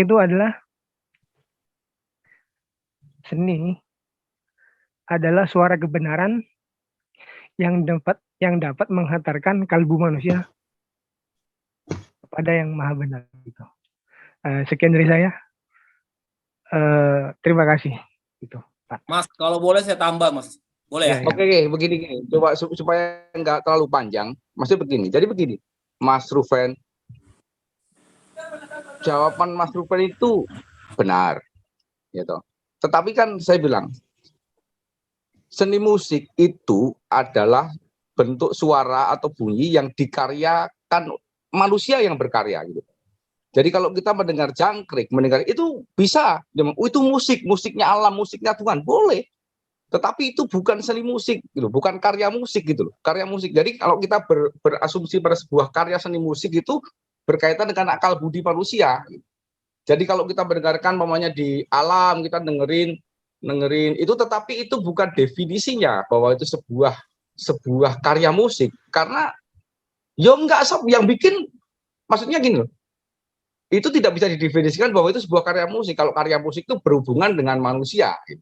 Kecuali manusia bertindak mereproduksi suara tadi itu menjadi bunyi, lalu dia menggabungkan dengan polaritme, dengan menggabungkan dengan melodi, menggabungkan dengan segala macam, terjadi sebuah komposisi dari itu. Tetapi kalau langsung kita baru dulu di desa mendengar itu, orang boleh berasumsi itu musik alam, iya, tapi itu bukan karya musik, karena karya musik itu yang membuat manusia, yang berkaitan dengan akal budi. Gitu. Jadi definisinya supaya kita paham. Jadi kita tidak bisa yang mau ngeklaim siapa, itu karya siapa gitu. Karena karya musik yang kita bicarakan ya, seni musik itu adalah sebuah definisi bahwa itu diciptakan oleh individu atau manusia dengan akal budinya. Jadi supaya definisi ini menjadi sesuatu yang pas buat kita. Jadi Mas Ruven juga benar, itu bagus. Nah, tapi kalau didefinisikan di situ, kita harus berpatokan dengan itu. Itu menurut saya. Oke, sudah cukup ya, Mas Ruven. Ada yang Cukup. tambahkan lagi? Ya. Terima kasih. Ya, jadi Mungkin perlu juga kita satukan persepsi. Kita satukan dulu definisi tentang apa itu nada, apa itu bunyi, dan apa itu musik, gitu. Jadi memang musik itu kan kolaborasi antara bunyi, antara nada-nada. Sementara nada adalah hasil resonansi dari bunyi, gitu. Jadi memang apabila nada tidak dirangkai dengan nada lain tidak menghasilkan musik. Nah, saya setuju dengan Mas Joko karena yang bisa merangkai nada itu ya manusia gitu. Nah, kalau misalkan ada bunyi yang masuk ke dalam solmisasi yang dihasilkan oleh karena resonansi bukan dari nada, mungkin benda jatuh, itu bukan musik menurut saya ya. Menurut saya. Jadi memang musik itu adalah hasil dari rangkaian komposisi nada-nada. Nada adalah hasil dari resonansi bunyi gitu. Menurut saya. Mungkin saya salah juga, boleh tambahin Bapak Ibu sekalian. Wah, saya setuju juga dengan yang Mas Joko dan Pak Parmuara, tapi memang intinya adalah musik itu sendiri, karya seni itu sendiri kan memang ciptaan manusia, di mana tadi saya sudah di awal menyatakan bahwa kalau musik tadi suara-suara alam dikomposisikan selanjutnya oleh seorang komposer, maka itu akan menjadi musik. Seperti misalnya di film-film kartun itu kan suara ayam, suara kucing dijadikan sebuah harmonisasi yang indah, akhirnya menjadi sebuah kayak konser, tetapi bukan semata-mata kita mendengar ayam petok-petok di kandang gitu.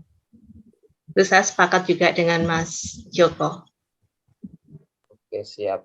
Ada lagi mungkin peserta lain yang mau menambahkan gagasannya?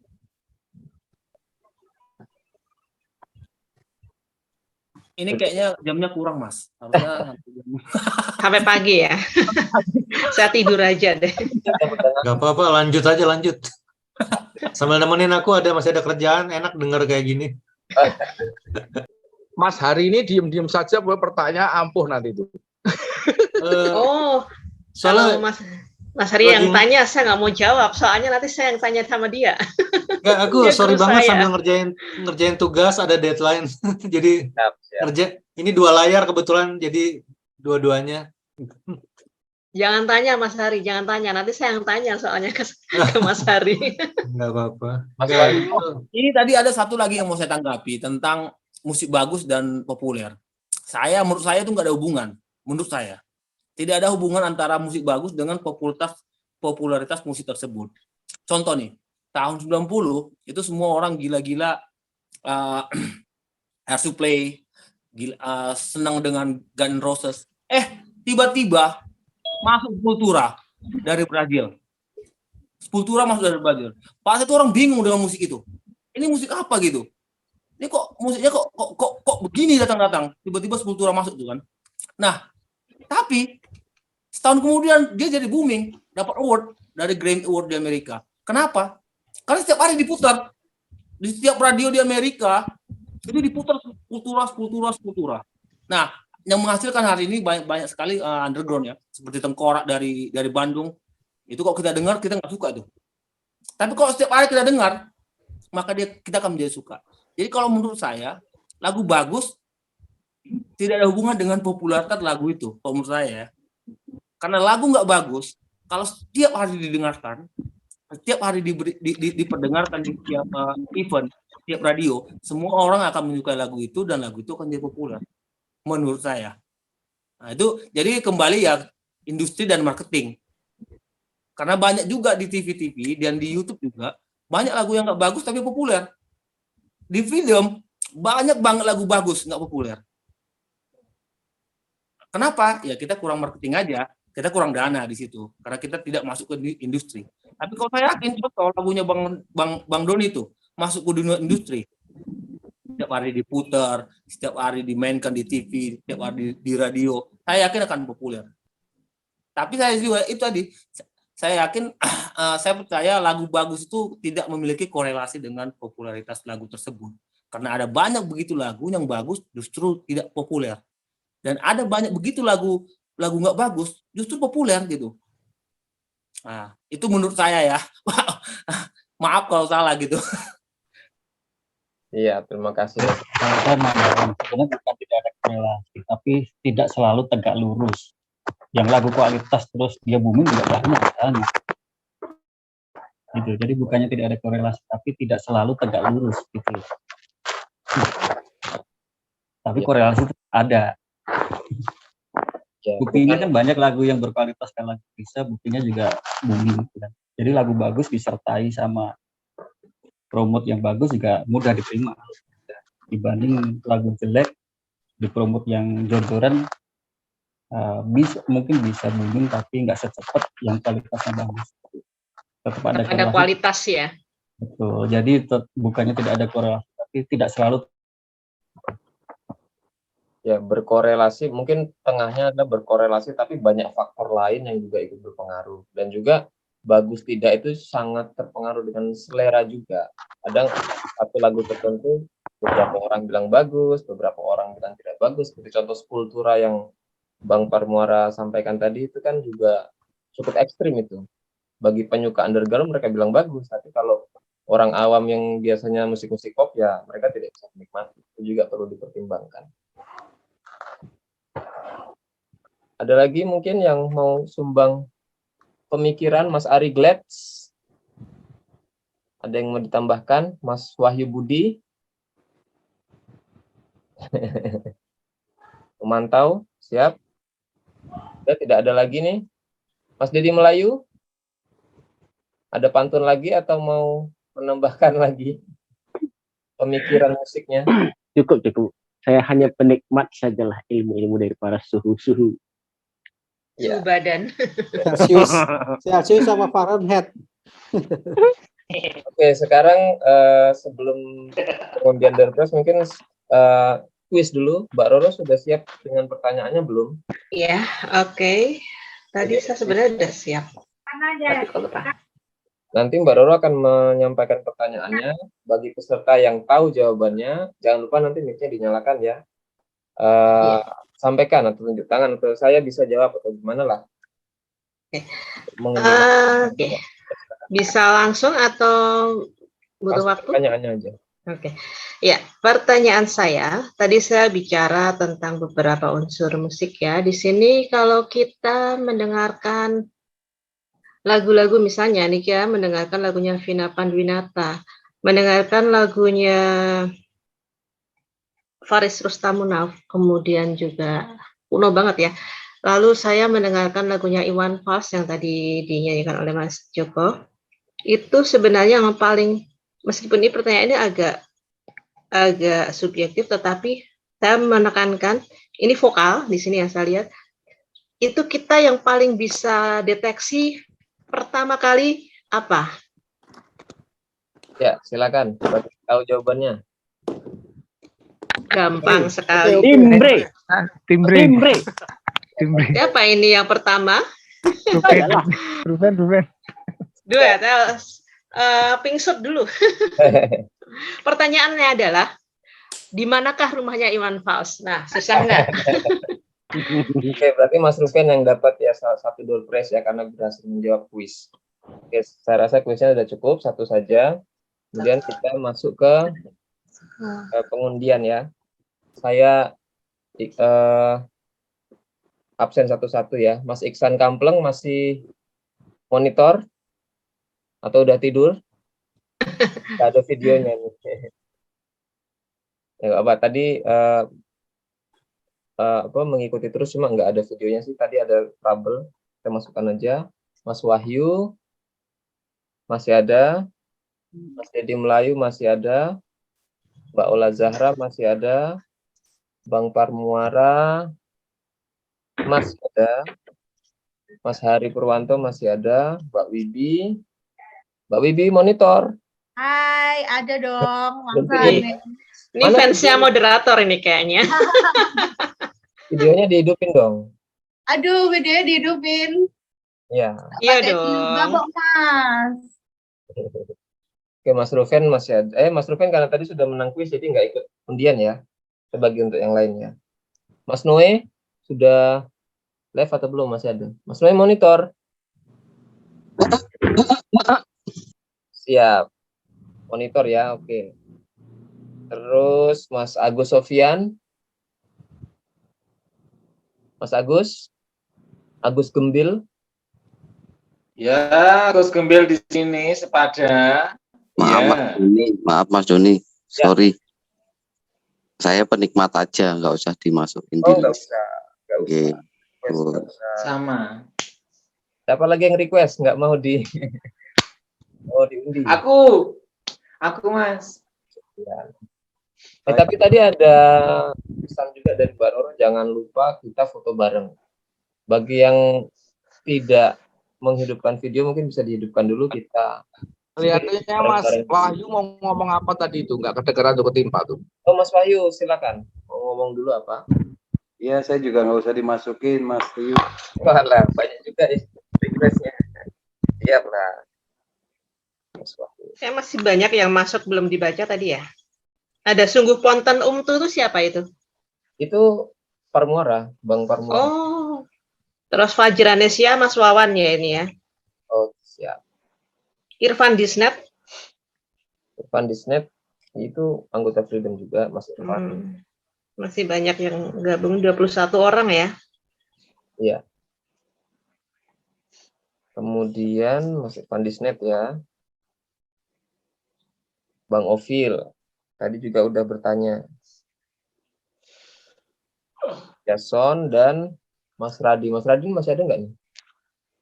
Di sini nggak ada. Sudah out ya. Berarti nggak bisa masuk undian. Oke, sebelum kita undi kita foto dulu aja sebelum lupa. Ya. Dihidupkan semua videonya.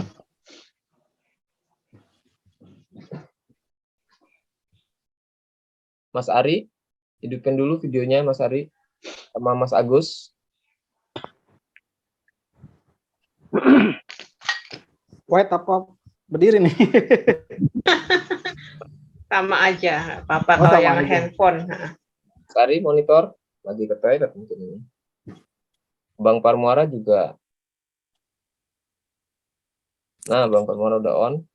Kelihatan semua Mas itu yang online itu. Iya. Bang Parmuara, ayo dihidupkan dulu. Ini mau foto ya? Ya, mau foto. Iya. Mbak Wibi. Mau foto. Ya. Videonya Mbak Wibi. Ya, oke. Gayanya gimana? Aku kembali wes ketok lah. Bentar Mas tunggu pakai jilbab ya, bentar ya. Oh iya. Mas Iksan, Mas Wawan monitor masih menyimak.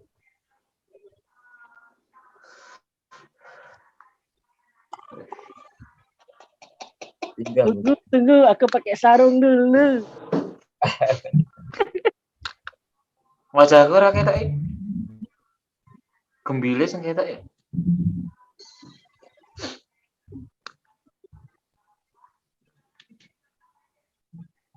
Sambil menunggu Mbak Bibi, saya mau tanya, mau meminta sesuatu pada teman-teman. Ya. Karena Zoom ini akan berkelanjutan supaya kita bisa mengadopsi apa keinginan teman-teman. Nanti japri ke Mas Doni.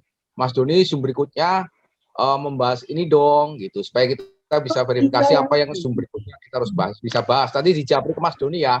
Pengen membahas apa gitu maksudnya. Iya. Oke, sudah siap semua ya.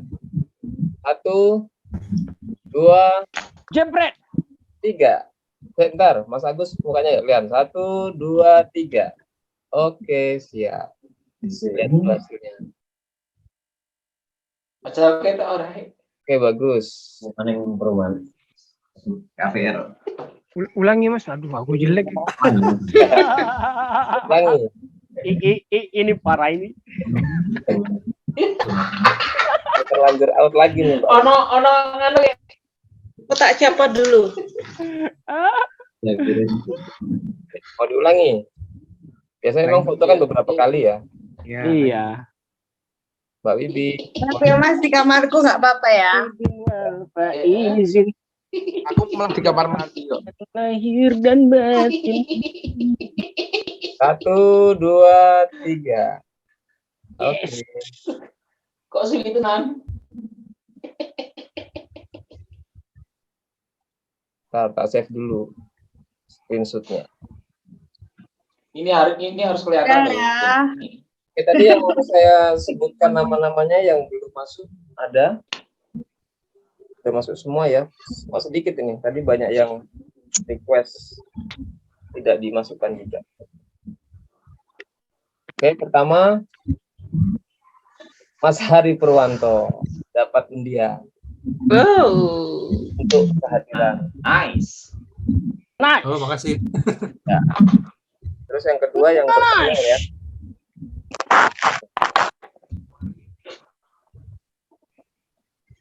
Yang Kamron tadi nggak nanya. Kan cuma 3 ya. Sorry. Kita